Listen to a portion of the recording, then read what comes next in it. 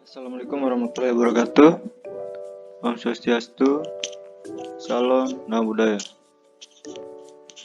Kami dari kelompok kata yang menyampaikan hasil presentasi kami. Itu tentang kata. Pengertian diksi.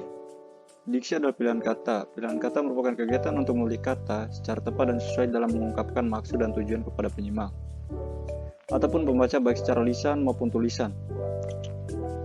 Ketepatan dan kesesuaian sangat penting dalam rangka mengekspresikan maksud dan tujuan. Ciri-ciri diksi. Menggunakan pilihan kata yang tepat dan sesuai dengan konteks kalimat yang digunakan untuk mengungkapkan gagasan. Pilihan kata yang digunakan dapat membedakan nuansa makna, kata dan bentuk yang sesuai dengan ide atau gagasan, situasi, dan nilai rasa pembaca maupun pendengar. Menggunakan pemendarahan kata yang dimiliki dan dikenali oleh masyarakat dan dapat memberdayakan kekayaan tersebut menjadi jaring kata yang jelas. Fungsi diksi, membuat komunikasi yang lebih efektif, menciptakan komunikasi yang baik dan benar, menciptakan suasana yang tepat, mencegah perbedaan penafsiran, mencegah salah pemahaman untuk mencapai target komunikasi lebih efektif. Jenis-jenis diksi. Secara umum diksi dibagi menjadi dua jenis. Dua jenis diksi adalah diksi berdasarkan maknanya dan diksi berdasarkan leksikal. Penjelasan dari jenis-jenis diksi adalah sebagai berikut. Diksi berdasarkan maknanya. Makna denotatif adalah makna yang sebenarnya dari suatu kata atau kalimat. Contohnya, Budi selalu kerja keras untuk mendapatkan hasil terbaik. Makna konotatif adalah kata atau kalimat yang memiliki arti bukan sebenarnya. Contohnya, Mario adalah seorang kutu buku. Ia tahu banyak hal. Contoh kalimat diksi. Seseorang perempuan ditemukan mati di dalam mobilnya. Ini bentuk ungkapan diksi yang salah. Karena kata mati lebih tepat untuk binatang. Ada bagian diganti dengan kata wafat atau meninggal. Kenapa kau selalu mengacukan janji dengan kami? Seperti tidak enak untuk didengarkan. Daripada memiliki kata mengacukan, kalian bisa menggunakan kata mengabaikan. Diksi berdasarkan leksikal. Sinonim. Sinonim adalah kata yang punya arti yang sama dengan kata lain. Contohnya, bahagia, senang, lezat, enak, pintar, pandai. Antonim. Antonim adalah kata yang memiliki arti berlawanan dengan kata lain. Contohnya naik, turun, besar, kecil, banyak, sedikit, cepat, lambat. Di sini ada pengertian majas, figure of speech. Majas adalah salah satu bentuk gaya bahasa untuk mendapatkan suasana dalam sebuah kalimat agar semakin hidup. Mudahnya bisa kita pahami bahwa majas itu bisa menjadi ungkapan yang bisa menghidupkan suatu kalimat. Majas melakukan penyimpangan dari makna dari suatu kata yang bisa digunakan.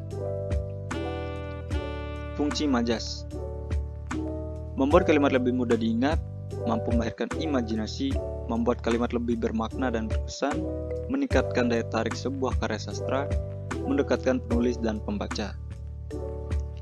Jenis-jenis majas. Jenis majas yang ada dalam bahasa Indonesia sangat banyak sekali. Tapi di artikel ini kita akan bahas beberapa saja. Yang sering muncul di pelajaran, secara umum kita akan membahas macam-macam majas. Yaitu majas perbandingan. Majas perbandingan ini cukup banyak muncul di pelajaran sekolah. Majas perbandingan adalah majas yang membandingkan atau menyandingkan antara satu objek dengan objek lainnya.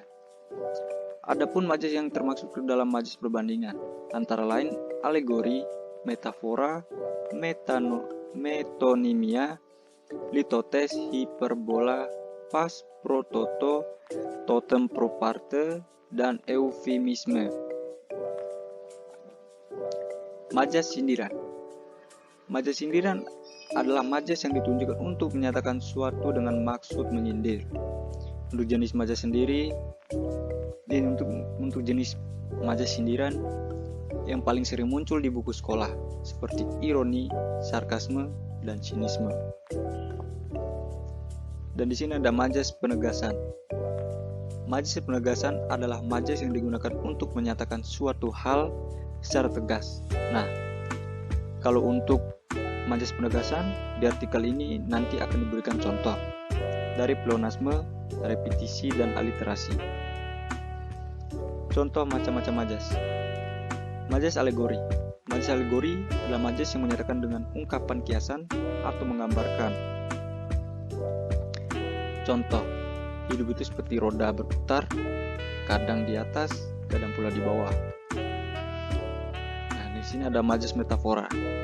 Majas metafora ini merupakan majas yang memakai analogi atau perumpamaan terhadap dua hal yang berbeda. Contoh, anak itu dikenal sebagai kutu buku di kelasnya. Majas metonimia.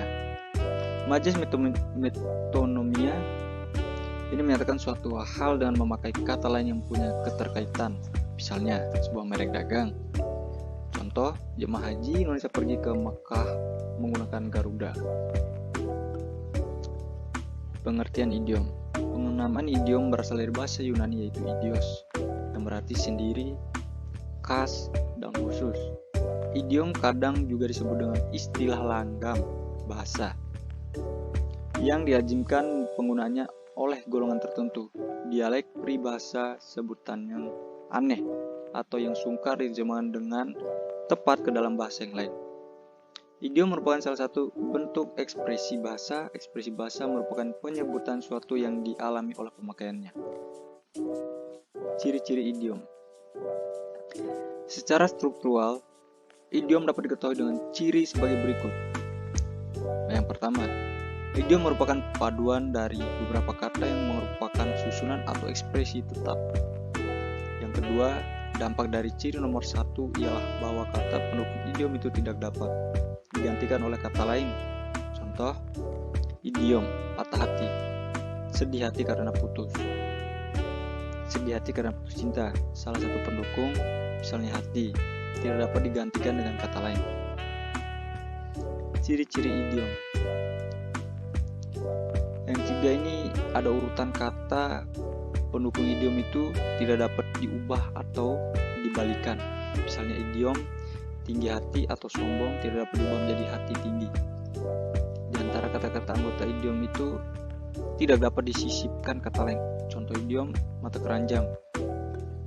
Di antara kata pendukung idiom itu tidak dapat disisipkan kata lain, yaitu mata dari keranjang. Jenis-jenis bahasa Indonesia. Jenis idiom bahasa Indonesia. Jenis idiom bahasa Indonesia dapat dilihat dari segi penamaan, struktur kebahasaan, makna dengan unsur idiomatik, dan yang terakhir sumber idiom. Di sini ada struktur penamaan. Yang pertama, penyebutannya berdasarkan tiruan bunyi. Yang kedua, penyebutan sebagian dari seluruh anggapan. Yang ketiga, penyebutan berdasarkan sifat yang menonjol. Yang keempat, penyebutan berdasarkan apelatif. Yang kelima, penyebutan berdasarkan tempat asal. Yang keenam, penyebutan berdasarkan bahan. Dan yang terakhir, penyebutan berdasarkan kesamaan. Nah, seluruh kebahasan di sini itu ada ungkapan atau peribahasa, pepatah, perumpamaan, pemeo. Dan di sini ada makna dengan unsur idiomatik. Segi keterkaitan makna dengan unsur idiomatik. Dua, yaitu idiom penuh dan idiom sebagian. Sumber idiom. Di sini ada 10 sumber idiom. Bagian tubuh. Pertama, kedua nama warna. Yang ketiga ada benda alam. Yang keempat ada nama binatang. Yang kelima bagian tumbuh-tumbuhan. Yang keenam kata bilangan. Yang ketujuh aktivitas kegiatan manusia. Kedelapan keadaan seseorang. 9 bentuk benda. Dan yang ke-10 orang.